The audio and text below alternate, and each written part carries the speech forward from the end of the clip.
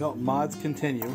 I picked up this right here for $50 online. It was a running 8252 Delaware and Hudson ALCO, and but I have to cut a hole here. I think Dremel tool is going to do that, or a die grinder out in a saw shop. And other things that are happening is testing concepts.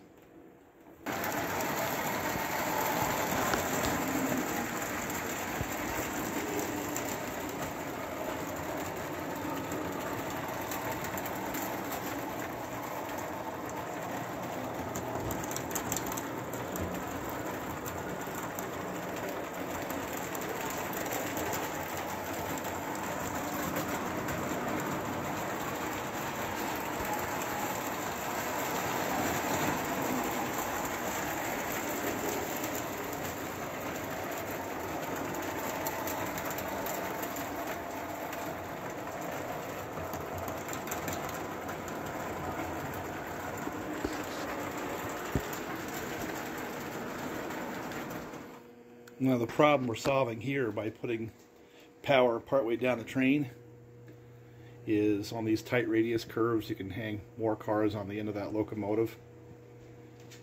And a little bit of push, a little bit of pull, takes the stress off the couplers. I don't have as many problems. Of course, during that period of time in history they didn't have DPUs, so that's not really something that would have happened. They would have had a pusher. So let's try that, because I've had the same problem on the elevated section of this small layout. You get past 8 to 10 cars and the couplers in the cars just fail.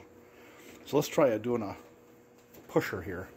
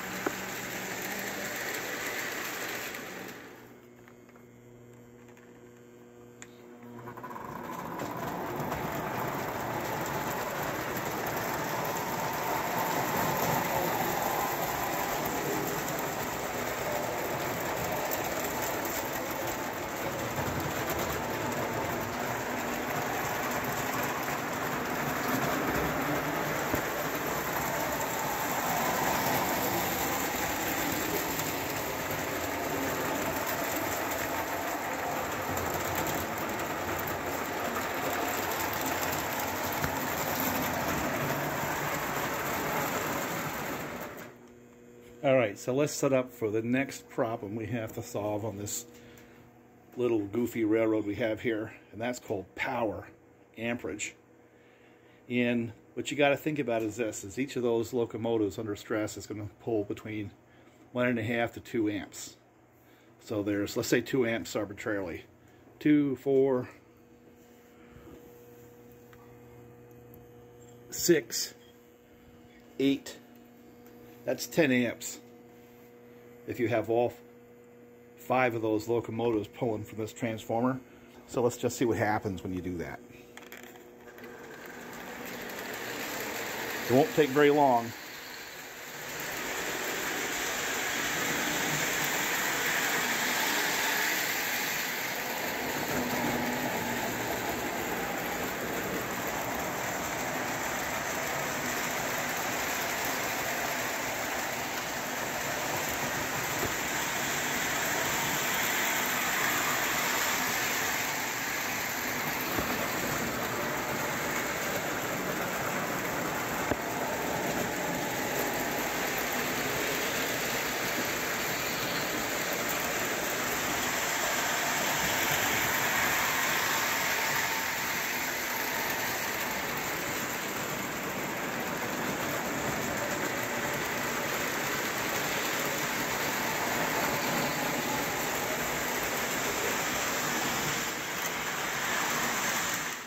it goes. So basically, pulling all that amperage tripped the overload on this transformer, because it really isn't designed to produce 10 amps continuously. It isn't. The two approaches to take on solving a problem like that is just get a bigger transformer that can handle the amperage, or break it up into two transformers. This one here is rated for a continuous 6 to 7 amps. And this one might be 10. I think it's rated between 8 and 10 amps. So we're right at the limit of this transformer. But 3 of those locomotives with 6 amps is still quite within the performance envelope of this guy right here. So if I just add this transformer to one of those tracks, take the load off of this one, I should be able to run continuously, right? Or just have 2 of these, because not only do I have the extra power in terms of ability to produce continuous amperage, but I also have the accessories and the hookups for the accessories as well. Which is the other little detail you got to consider, is that amperage is not just the locomotives, it's also all the different accessories that are tied to that track. And that's everything from these little LED lights to like the crossing control, the beam, and then all the little lights that are in the locomotives, and all that stuff adds up, and it's the sum of all those bits and pieces that determines how much amperage is required to be produced by these transformers. And obviously I don't have enough with this guy right here. Alright, so we got this one hooked up, it's on, it's doing its little rattle routine.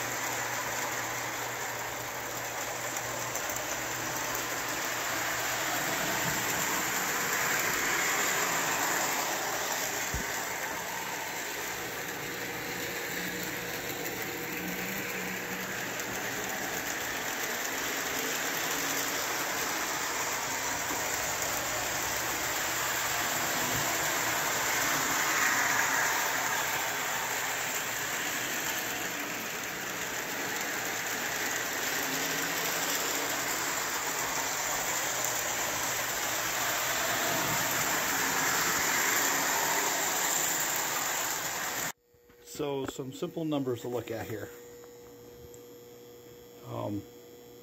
The LW rated at 125, but if you look at the manuals it says 75 useful watts with about a 6 amp maximum output before it trips its little circuit breaker. The KW is rated at 190 watts, but according to the manuals 140 of useful power for the track, because the rest of it's being used for accessories, with a 10 amp total. So divided by 2, that's 5 per track. You're starting out with a little bit of an advantage with the LW if you have one of those per track. That's about 1 amp advantage, right, in terms of capability. But here's some other numbers to think about. Let's say that's true, right, 75 watts. And you've watched me run 14 volts and 12 volts, but not 16. When you grunt those motors down, you know, they might require more amperage possibly. I think what happens is when we run those motors with multiple locomotives together, the actual amperage per locomotive drops in order to do the same load, right? And I think that's why at 12 volts, I've got theoretically 6.25 amps to play with, around 6, using that 75 watt number from the manuals. So even if I'm really pulling on those locomotives and they're pulling 2 amps a piece, I'm still within the spec. I'm still okay. You know what I'm saying? I had about 16 volts and I had 5 locomotives on there, each pulling around 2 amps because it was pulling hard. And the capability set to produce 140 watts would be 8.75 amps. But if I'm requiring 10 amps, that means I need more wattage. Just simple math, you know what I'm saying? And then that red light pops on. The 2 locomotives I have down here in a flat, they're not pulling 2 amps a piece. They might be pulling an amp and a half, even though it's a long train because they're not going up a hill. So I'm really well within the 5 amp capability of this. And guess what? It runs fine. No problem. Now here I've got 3 locomotives and they're pulling hard. I might be requiring 2 amps a locomotive. I got the 2 up front and the 1 in the back. So that's 6 theoretically. Now I'm going to say it's not going to take 6 because by adding locomotives I'm taking stress off the motors. Which is why I can run all 3 of them quite nicely at 12 volts.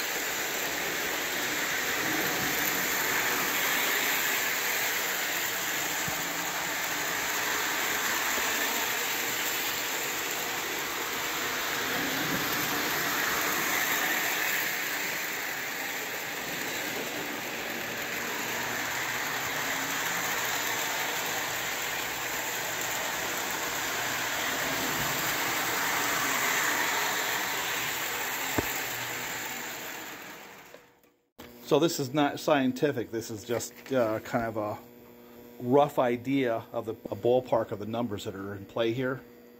And bottom line is this: by breaking up the tracks between these 2 transformers, I got more than enough both wattage and amperage. Because it's really about amps, it's not about watts. Watts is just volts times the amps, but it's the amps that trips these things right here. Not the volts, not the watts. It's the amps. It's how much is flowing through that device to heat it up to make it trip. By making sure I size my transformers in order to produce enough amperage comfortably per track, by doing that I've been able to make a pretty reliable layout right here. For now. We're going to add more locomotives and more devices, going to pull more amps. And we're going to try some other transformer concepts over time. So anyway.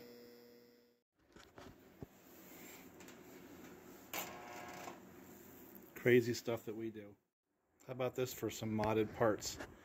This one's got a light on the inside, a light underneath, and this LED post. And just got this for 50 bucks, that chassis, and put another truck on the front of it with the metal style hook that can actually pull something. So we're going to stick that together after I die grind a slot right in here. But check this out.